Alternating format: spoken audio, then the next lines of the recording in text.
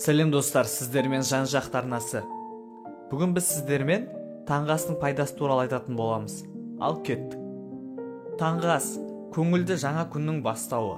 Таңғы ас күні бойы күш-қуат пен жігер беріп қана қоймай, есте сақтау мен зейінді жақсартып, ұзақ уақыт аштықты сезбеуге мүмкіндік береді. Соның арқасында түскі ас кезінде шамадан тыс тамақтану салдарынан туындайтын іштегі ауырлықтың алдын алады. Бұл өте маңызды, себебі артық тамақтану артық салмаққа апаратын жол.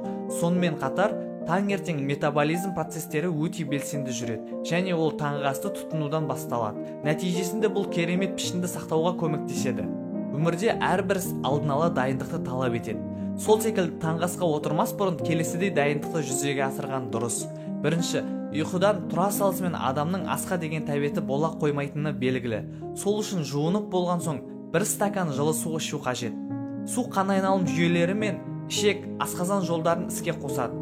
Екінші, таңғы жаттығуды 3-4 жеңіл түрін жасаңыз. Дұрысы толық 15-20 минут бойы жасаған жаттығулар пайдалы болмақ. Бұдан соң расында асқа деген тәбетіңіз ашылып, асты сүйсіне жейсіз.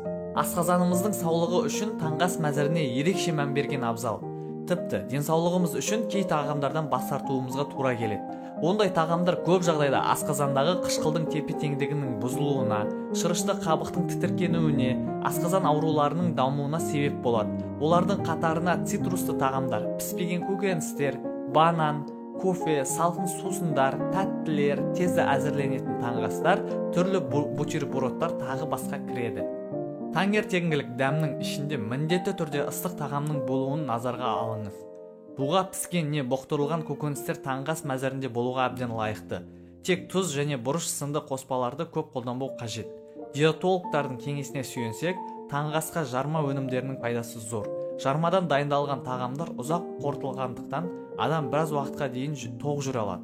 Мысалы, жармадан дайындалған ботқа. Осыларды дәрігерлер адам ағзасына көмірсуға байытатын 3 түрлі ботқаны тұтынуға кеңес береді. Олар қара құмық, күріш және сұлы жармаларынан дайындалған ботқалар. Сонымен қатар дұрыс әрі толық қанды таңғы тағам ретінде кальцийге бай ірімшіктің 1-2 тілімін және майлылығы аз сүзбені түрлі бал, жаңғақ, жеміс шырындарымен тұтынуға ұсынады.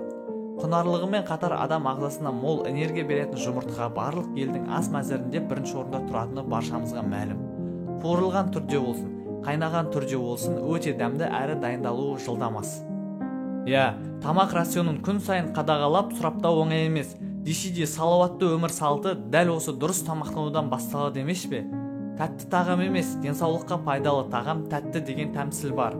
Сондықтан әрбір күніңіз пайдалы таңғы астан басталуы керек екенін есіңізден шығармаңыз. Сіздермен болған жан-жақты арнасы, қош сау болыңыздар.